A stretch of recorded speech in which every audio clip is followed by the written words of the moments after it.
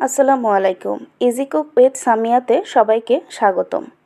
আজকে পটল দিয়ে খুবই সুস্বাদু মজাদার একটি রেসিপি শেয়ার করব। এই রেসিপিটা পোলাও, গরম ভাত, রুটি সব কিছুর সাথে খুবই মানানসই এবং সুস্বাদু। আশা করছি রেসিপিটি সবার ভালো লাগবে। এর জন্য পটলগুলোকে আমি প্রথমেই ভালোভাবে ছিলে কেটে নিয়েছি। একটা পাশ খুলেছি এবং অন্য পাশটা বন্ধ থাকবে। এবার একটি ছোট চামচের সাহায্যে পটলের ভিতরের যে অংশগুলো এগুলোকে বের করে নিচ্ছি। এই কাজটা একটু সাবধানে করবেন। একটি চা চামচের পেছনের অংশ দিয়েই কাজটা খুব ভালো করা যায়। তারপর পটলের যেই বিচিগুলো আছে ওইগুলো একটু ফেলে নিচ্ছি। এই অংশটা কিন্তু ফেলে দেব না, এটা রান্নার কাজেই ব্যবহার করব। তারপর পটলের ভিতরে ভরার জন্য একটি মাছের পুর তৈরি করে নেব। এর জন্য পরিমাণ মতো তেলের মধ্যে পেঁয়াজ দিয়ে দিলাম। এবার দিয়ে দিচ্ছি একটু লবণ, পরিমাণ মতো দিয়ে দিচ্ছি একটি টমেটো কিউব করে কেটে। তারপর গুঁড়ো মশলা অ্যাড করলাম, হলুদ গুঁড়ো, ধনিয়া গুঁড়ো এবং মরিচ গুঁড়ো। এবার একটু নেড়েচেড়ে কষিয়ে তারপর একটু সামান্য পানি দিয়ে আবারও কিছুক্ষণ কষিয়ে নেব। দুই পিস মাছ আমি ভালোভাবে ভেজে তারপর কাটা বেছে পরিষ্কার করে নিয়েছি। এখন সেই মাছের পুরটা দিয়ে দিচ্ছি। এখন পটলের ভেতর থেকে যে অংশটুকু বের করেছিলাম সেটাও এখানে দিয়ে দেব। আবারও বেশ কিছুক্ষণ নেড়েচেড়ে মিশিয়ে নিচ্ছি। এখন খুবই সামান্য পরিমাণে একটু পানি অ্যাড করব যাতে এটা মশলার সাথে ভালোভাবে একটু নেড়েচেড়ে ভালোভাবে এই জিনিসটাকে শুকিয়ে নিতে হবে যেন কোনো পানি না থাকে।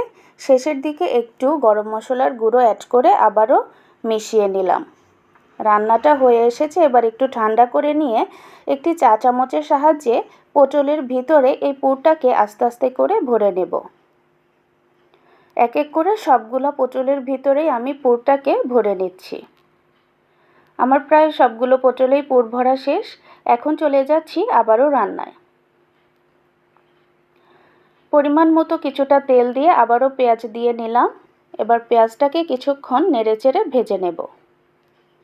ভাজা হয়ে গেলে দিয়ে দিচ্ছি পরিমাণ মতো পানি। খুব বেশি পানি দেব না, অল্প পরিমাণে পানি দিলাম। স্বাদ অনুযায়ী লবণ দিয়ে দিলাম। ধনিয়ার গুঁড়া, হলুদ গুঁড়া এবং মরিচ গুঁড়ো দিয়ে কষিয়ে নিচ্ছি। কিছুক্ষণ কষানোর পর সেই পুর ভরা পটলগুলোকে এখন দিয়ে বেশ কিছুটা সময় নিয়ে এটাকে নেড়েচেড়ে ভাজা ভাজা করে কষিয়ে নেব।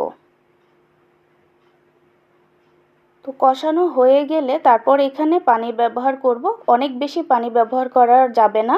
এই রান্নাটা একটু শুকনা শুকনাই রাখবো, তার জন্য খুবই কম পরিমাণে পানি এখানে দিয়ে দিচ্ছি।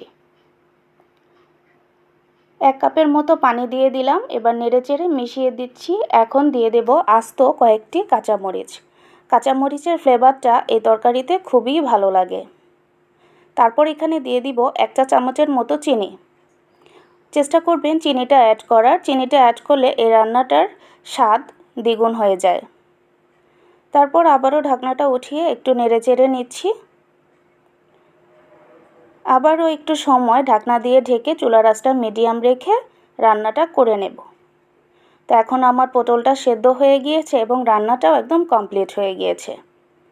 তো ভিউয়ার্স, রান্নাটা কেমন লেগেছে অবশ্যই কমেন্টস করে জানাতে কিন্তু ভুলবেন না।